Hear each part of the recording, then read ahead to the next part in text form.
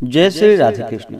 आप सभी का आपके अपने YouTube channel BK Mishra present में बहुत बहुत स्वागत है। आइए आज आप सब सुनेंगे अगहन मास मार्गशीर्ष मास महात्म्य कथा में तीसरे अध्याय की कथा। अब तक आपने पिछले अध्यायों का कथा श्रवण नहीं किया हो तो आप चैनल पे जाकर के वहां से कथा को श्रवण कर सकते हैं। तो बोलिए प्रेम से भगवान विष्णु की जय, माता लक्ष्मी की जय, सर्वदेवी देवता की जय। ब्रह्मा जी विष्णु भगवान से बोले कि हे केशव, पुण्य का क्या प्रकार होता है जो मुझसे आप कहिए, क्योंकि पुण्यों के विषय में सुनने की विशेष इच्छा है। श्री भगवान विष्णु बोले कि हे ब्रह्मा जी आप सुनिए, पुण्य 3 प्रकार का होता है। तुलसी की मृतिका से अथवा गोपी चंदन से पुण्य को धारण करे, विद्वान लोग हरि चंदन से पुण्य को धारण करे, अथवा कृष्ण तुलसी की मृतिका को लेकर भक्ति से उधर्व पुण्य को धारण करे तो हरि भगवान प्रसन्न होते हैं। हे वत्स, मुझसे गोपी चंदन का महात्म्य सुनो। जो द्वारका की मिट्टी को हाथ में लेकर ललाट पर उधर्व पुण्य को धारण करता है तो उसके पुण्य कर्म को कोटि गुना फल प्राप्त होता है। और जो गोपी चंदन को मस्तक पर क्रियाहीन, मंत्रहीन, श्रद्धाहीन, कालहीन भी धारण करता है तो उसको सदा पूर्ण फल प्राप्त होता है। जो द्विज अर्थात ब्राह्मण, क्षत्रिय, वैश्य गोपी चंदन को मनोहर पुण्य को ललाट में नित्य हर समय दिन और रात में धारण करता है तो उसको सूर्य ग्रहण के समय कुरुक्षेत्र में, माघ मास के समय प्रयाग में स्नान दान पुण्य कर्म को करने से जो फल होता है वही फल मिलता है, और उससे भी अधिक मेरे गृह में जाकर देवता के समान हो जाता है। जिसके गृह में गोपी चंदन रहता है और जो मनुष्य भक्ति से गोपी चंदन के पुण्य को ललाट में धारण करता है तो हे चतुर्मुख, उसके गृह में कंस का वध करने वाला मैं सर्वदा लक्ष्मी के साथ वास करता हूँ। जो द्वारका की पवित्र कली के पापों का नाश करने वाली मिट्टी पर मेरे मंत्रों का जप करके ललाट में धारण करता है तो वह मनुष्य पाप युक्त होने के बावजूद भी यमराज को नहीं देखता है। हे सूत, जिसके मरण के समय गोपी चंदन का पुण्य दोनों भुजाओं में, ललाट में, हृदय में, मस्तक में लगा रहता है तो गौ हत्यारा, बालघाती, ब्रह्म हत्यारा क्यों न हो, वह मनुष्य मेरे कमलपति विष्णु लोक को जाता है। हे सूत, जिसके ललाट में गोपी चंदन का पुण्य लगा रहता है तो मेरे प्रभाव से उस प्राणी को ग्रह, राक्षस, गण, यक्ष, पिशाच, उरग और भूतनायक पीड़ा नहीं देते हैं। जिसके ललाट में उधर्व पुण्य सरल सुंदर दिखने में आता है, यदि वह चांडाल है तो भी वह शुद्ध आत्मा पूज्य है, इसमें कोई संशय नहीं है।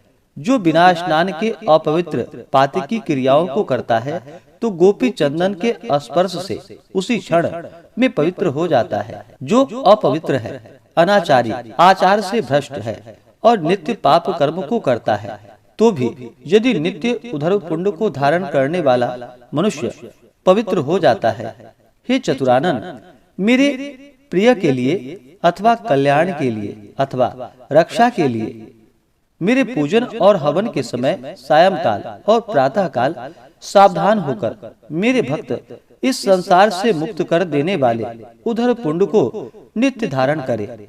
यदि उधर्व पुण्य को धारण करने वाला मनुष्य जहाँ कहीं भी मर जाता है और वह चांडाल क्यों न हो, विमान पर बैठकर मेरे लोक को जाता है और वह मेरे लोक में पूजित होता है।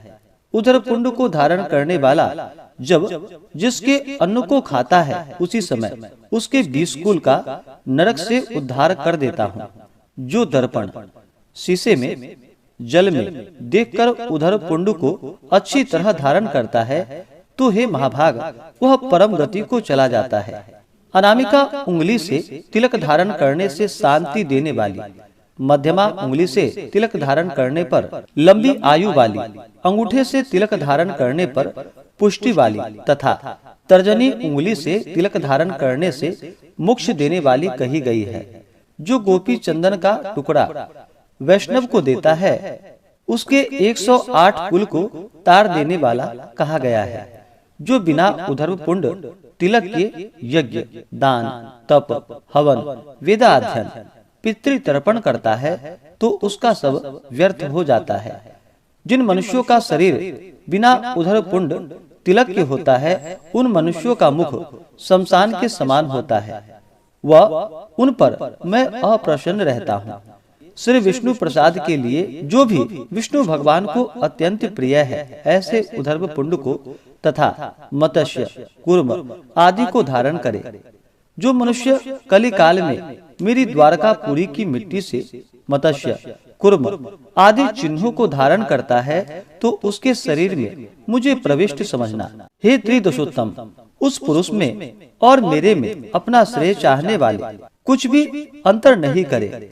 जिसके शरीर में मेरा अवतार के चिन्ह देखने में आवे, वह मनुष्य नहीं है, बल्कि उसको मेरा शरीर जानना चाहिए।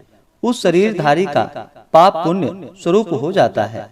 कलयुग के समय जिसके शरीर में लिखित मेरे आयुध देखने में आते हैं, जिसका शरीर मत्स्य मुद्रा और कूर्म मुद्रा से चिन्हित है, उसके शरीर में मेरा तेज रहता है। जो मनुष्य अपने शरीर में शंख, पद्म, गदा, चक्र, मत्स्य और कूर्म की रचना करता है, तो उसके पुण्य की वृद्धि और 100 जन्म के अर्जित पापों को मैं नाश करता हूँ। जिसका शरीर नारायण के आयुधों से नित्य चिन्हित रहता है, तो पाप कोटि से युक्त भी उस मनुष्य को यमराज कुछ भी नहीं कर सकते, अर्थात कुछ भी उसका नुकसान नहीं कर सकते। शंखों द्वारा तीर्थ कोटि में कोटि जन्मवास करने वाले को जो फल मिलता है, वह फल अपने दक्षिण हाथ में शंख धारण करने वाले को प्रतिदिन मिलता है। पुष्कर तीर्थ में पुंडरीकाक्ष श्री विष्णु के दर्शन से जो फल कहा गया है, उससे कोटि गुना अधिक फल शंख के ऊपर कमल का चिन्ह धारण करने वाले को होता है। कलयुग में जिसके वाम भुजा में गदा का चिन्ह लिखा रहता है, उसको गदाधर भगवान गया श्राद्ध के पुण्य को प्रतिदिन देते हैं।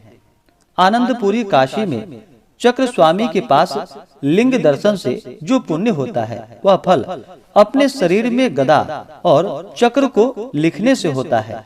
जिसका शरीर गोपी चंदन से रचित मेरे आयुधों से चिन्हित है, वह प्रयाग आदि तीर्थों में जाकर क्या करेगा, अर्थात उन तीर्थों में जाने का जो फल है, वह भी उसको मिल जाता है। मैं जब शंख चक्र आदि से चिन्हित शरीर को देखता हूँ, तो तब तक मैं प्रसन्न होकर उसके पापों को अवश्य नष्ट करता हूँ। प्रतिदिन जिसके शरीर में अहोरात्र शंख, चक्र, गदा, पद्म का चिन्ह लिखा रहता है, वह मेरी आत्मा है, अर्थात वह मेरा स्वरूप है। जो कलयुग में नारायण के आयुधों के चिन्ह को धारण करके पुण्य कर्म को करता है, तो उसको पुण्य कर्म का मेरु तुल्य फल मिलता है। इसमें कुछ भी संशय नहीं है। हे सूत, जो शंख आयुध से चिन्हित होकर भक्ति से विधिहीन भी श्राद्ध को करता है, तो उसको श्राद्ध का अक्षय पूर्ण फल मिलता है। जिस तरह अग्नि देवता वायु से प्रेरित होकर काष्ठ को अत्यंत जला देते हैं, वैसे ही मेरे ही आयुधों को देखकर पाप समूह नष्ट हो जाते हैं। ओम नारायणाय नमः इस अष्टाक्षर मंत्र से युक्त मुद्रा को और स्वर्ण या चांदी के बने मेरे शंख आदि आयुधों को विशेष रूप से कलिकाल में धारण करता है, तो वह प्रसाद के समान मेरा प्रिय है, अन्यथा मेरा प्रिय नहीं है। नारायण की मुद्रा और शंख चक्र आदि के चिन्ह है, तथा धात्री यानी कि आंवला फलों की माला और तुलसी काष्ठ की माला को तथा द्वादशाक्षर मंत्र ओम नमो भगवते वासुदेवाय को और आयुधों को जो ब्राह्मण धारण करता है, वह वैष्णव के समान है। जिसके गृह में यानी कि घर में शंख के चिन्ह से चिन्हित शरीरधारी ब्राह्मण भोजन करता है, हे पुत्र, उसके अन्न को मैं पितरों के साथ स्वयं भोजन करता हूँ। जो श्री कृष्ण के आयुधों से चिन्हित शरीरधारी को देखकर उसका अपमान करता है, उसके 12 वर्ष के अर्जित पुण्य नष्ट हो जाते हैं। यदि श्री कृष्ण के आयुधों से चिन्हित शरीरधारी शमशान में मर जाता है तो हे मानद, प्रयाग में जो गति कही गई है वह गति उसको मिलती है। कलयुग में जिसका शरीर मेरे आयुधों से मंडित रहता है उसके शरीर में इंद्र आदि समस्त देवता वास करते हैं।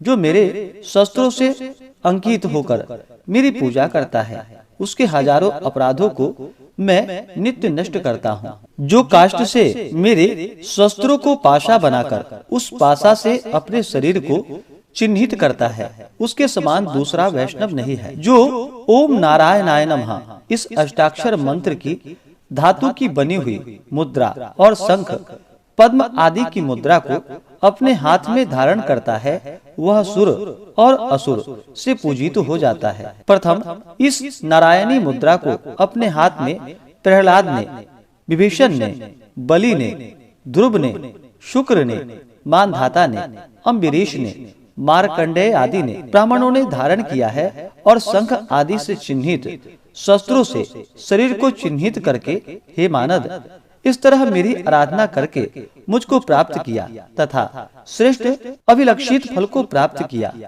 गोपी चंदन की मिट्टी से जिसका शरीर चिन्हित है और शंख चक्र आदि पद्म से चिन्हित है मैं उसके शरीर में वास करता हूँ।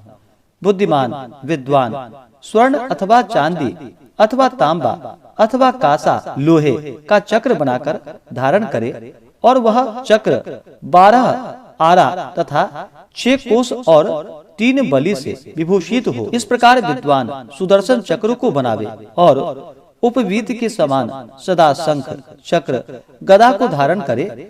विशेष करके ब्राह्मण और वैष्णव लोग इस चक्र के चिन्ह को शिखा उपवीत जिनेऊ के समान धारण करे।